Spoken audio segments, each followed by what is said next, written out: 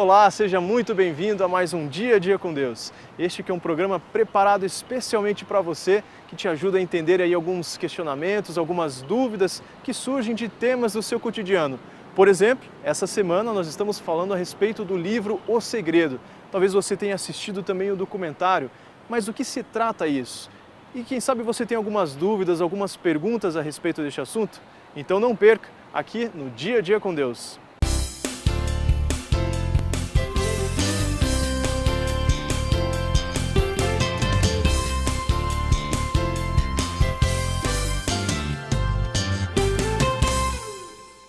O Segredo é um fenômeno de vendas em todo o mundo. Palestras, reuniões, seminários estão surgindo por todos os lugares para discutir a respeito desse filme.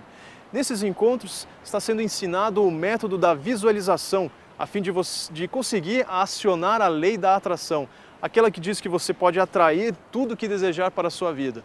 Segundo o Segredo, a visualização é você ver o que deseja, se imaginar já possuindo o seu carro novo ou a sua casa, porque essa é uma forma de fazer com que o seu sonho se realize. Parece confuso? Mas vamos acompanhar aí um estudo junto com o pastor Pascoal Peragini Júnior, que nos ajudará a entender algumas respostas aí de questionamentos a respeito desse filme.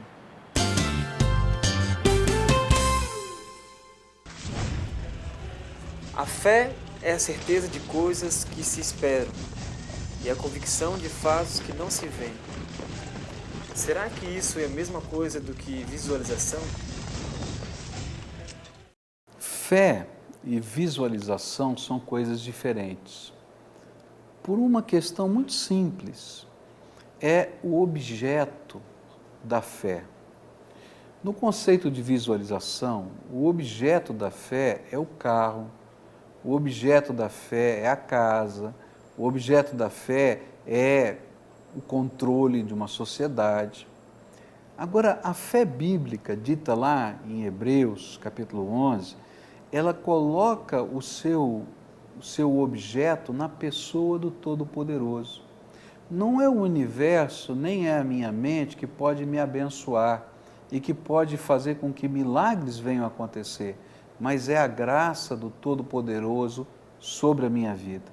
Há uma grande diferença entre eu visualizar um bem e desejar dessa maneira que esse bem seja formado, ou seja, atraído para mim através das forças do universo, do que olhar para Deus, que é meu Pai, e colocar os desejos da minha alma. Por quê? Porque Deus, que é Pai, pode olhar para um desejo desse, como a própria Bíblia nos ensina, onde o Senhor Jesus nos ensinou a orar. Ele disse que às vezes ele contou uma parábola, que às vezes nós, como criancinhas pequenas, na nossa oração, estamos a pedir para o Papai do Céu que nos dê aquele pãozinho. Só que aquele pãozinho não é pãozinho, é um seixo de rio. E o Papai do Céu vai dizer, não, esse pãozinho eu não te dou, porque não é pãozinho, é seixo de rio. Ou ele diz, eu estou com fome, eu quero comer esse peixinho. Ele diz, não, eu não vou te dar esse peixinho, porque não é peixinho, é uma cobra. Então, na oração, o objeto da oração é a intervenção do Pai na nossa vida. E que pode ser, filho, está aqui o teu presente, porque é bênção que eu quero te dar, ou como também não vou te dar, filho, porque isso aqui é uma cobra que vai te matar.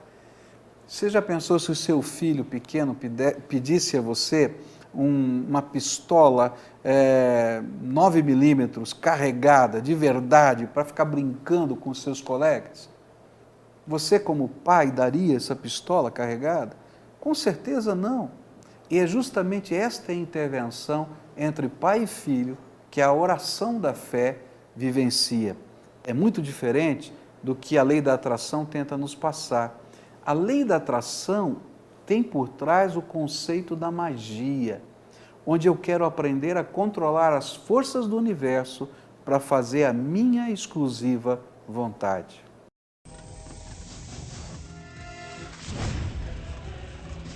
Existe poder da mente? Naturalmente, existe algum tipo de poder na nossa mente. Não esse poder de atrair as forças do universo, mas através da nossa mente, dos nossos sentimentos, há um poder, por exemplo, no amor que a gente vive. Quem é que não já foi tocado pelo amor de alguém e quem sabe até viu a sua vida sendo transformada, melhorada, através da influência do amor que está no coração de alguém? Há um poder tremendo na nossa mente quando a gente pensa naquilo que a gente faz através do perdão.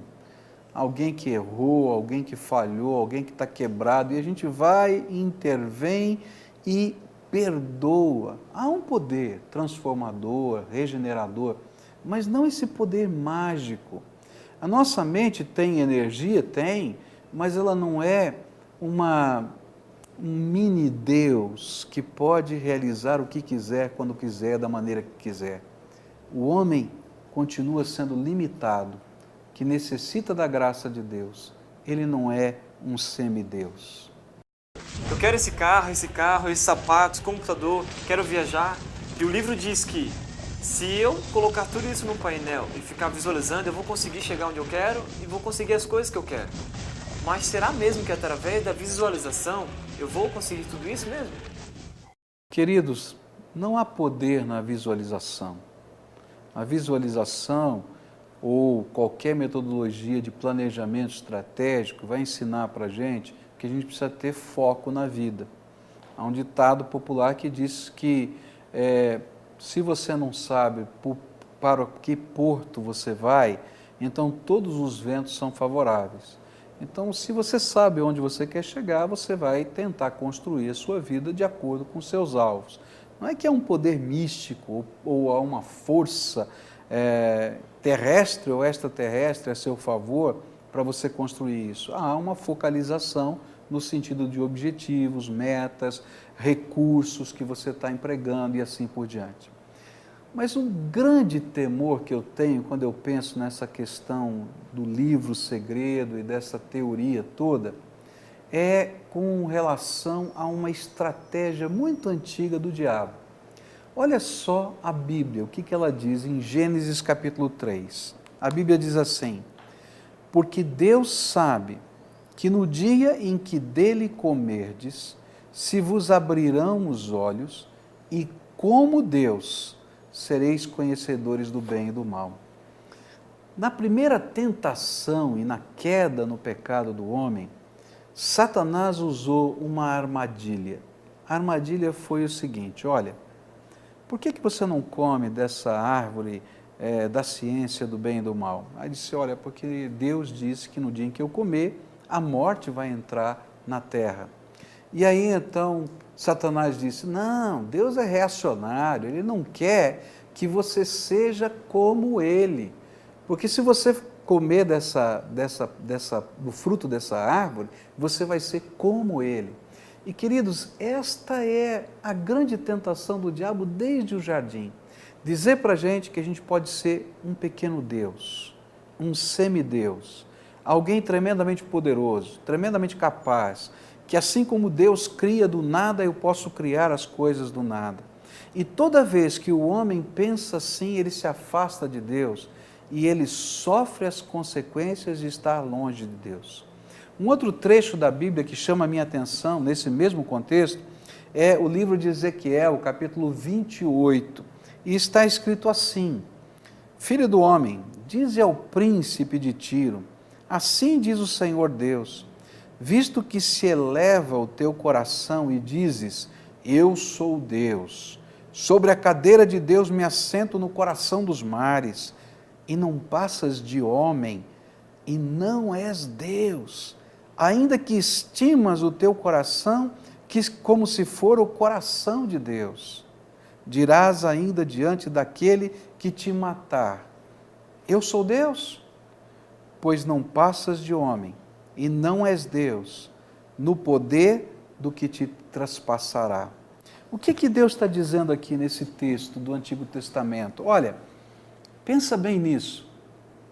Você está achando que você é tão poderoso, tão forte, tão capaz, até o dia que você se encontrar com a morte.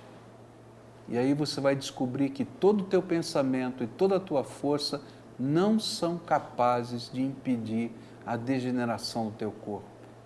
E aí Deus diz lá do céu, Você vai continuar dizendo que é Deus na hora que você se encontrar com a morte? Pensa nisso. Toda vez que nós somos tentados a imaginar que somos capazes de controlar tudo e todos, nós nos colocamos e nos assentamos na cadeira de Deus. E na verdade, queridos, nós somos só homens, limitados, falhos. A grande tentação do diabo continua sendo a mesma, dizer que você não precisa da graça de Deus, que você é tão poderoso, que você é tão capaz, que você consegue todas as coisas. Mas a Bíblia vai nos dizer que sem a graça de Deus nós estamos perdidos. Perdidos no nosso orgulho, no nosso narcisismo, na nossa incompreensão da nossa própria natureza, perdidos nas nossas limitações. Quantas vezes você já se deparou com alguém tremendamente orgulhoso, nariz empinado, imponente, e de repente a vida deu uma volta e ele está com a cara no chão? Quantas vezes você já viu isso? Quem sabe com você mesmo tem acontecido assim. Pessoas que estavam lá no topo, se sentaram na cadeira de Deus, mas de repente sentiram que eram só homens. E foi justamente nesse momento, às vezes, de quebrantamento, de percepção da sua necessidade, que de fato as coisas mudaram na sua vida. Como é triste, às vezes, a gente perceber que somos iludidos pela mesma ilusão do primeiro pecado. Sermos ou nos imaginarmos ser os semideuses nessa terra, quando na verdade somos só homens, carentes, necessitados da graça de Deus. Há uma oração que Deus quer ouvir dos seus lábios. E essa oração que precisamos fazer é quando dizemos para Jesus quem nós somos. Jesus, eu sou um pecador, eu sou falho, eu não consigo, eu tenho tantos limites, mas eu quero implorar ao Senhor que venha com a tua graça, com a tua misericórdia, com o teu perdão, com o teu poder e transforme a minha vida. Esta, querido, é a oração da fé, de uma fé que transforma, de uma fé que abençoa, de uma fé que enfrenta os poderes do mal e que faz da nossa vida a vida abençoada que Ele preparou para nós. Se há um segredo, o segredo está escrito assim nas Escrituras: humilhai-vos debaixo da potente mão de Deus, e Ele a seu tempo vos exaltará. Que Deus abençoe você. Estamos terminando mais um Dia com Deus, sempre deixando um convite para você. Hoje, quarta-feira, aqui na Primeira Igreja Batista, aí tem o endereço na sua tela, às 8 horas da noite tem um culto de oração, um culto de família. Você é o nosso convidado para estar junto aqui com a gente. E amanhã, quinta-feira, estaremos ainda falando a respeito deste livro, O Segredo. Quem sabe você tem aí perguntas, dúvidas, e as suas respostas podem estar aqui neste programa. Até amanhã, que Deus o abençoe.